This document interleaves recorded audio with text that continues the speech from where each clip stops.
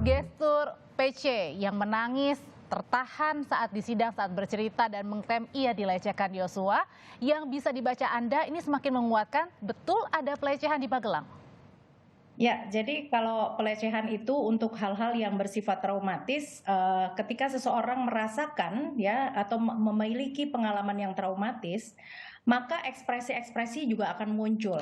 Ya, pada saat diakses kembali untuk peristiwa tersebut, maka yang terlihat pada Ibu Putri ini tidak ada perubahan gestur ya, mulai dari awal sampai dengan selama persidangan ini ya.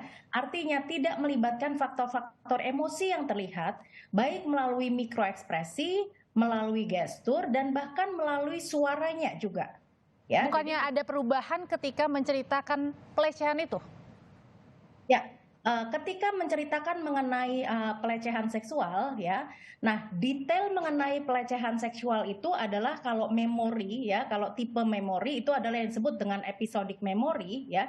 Tetapi yang diceritakan justru bukan mengenai detail episodiknya, tapi dia justru malah keluar dari episodiknya dan mengatakan bahwa hal tersebut adalah merupakan trauma. Dan ketika seseorang trauma itu tidak dalam kendali atau kontrol untuk mengatakan karena Anda tidak tahu bagaimana rasanya orang mengalami hal yang traumatik gitu ya.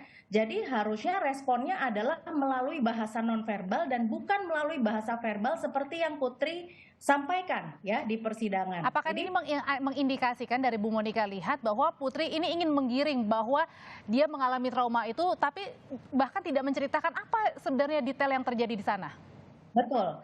Beliau tidak bisa menceritakan secara detail, bahkan ketika detail diceritakan maka emosinya juga akan keluar. Tetapi yang ada adalah justru keluar daripada detail tersebut dan hanya bersifat disassociate untuk menjelaskan bahwa seseorang yang trauma ya akan mengalami yang seperti ini. Malah beliau bukan menjadi korban ya dari kondisi itu, tetapi justru malah pihak eksternal yang menilai kondisi tersebut. Begitu.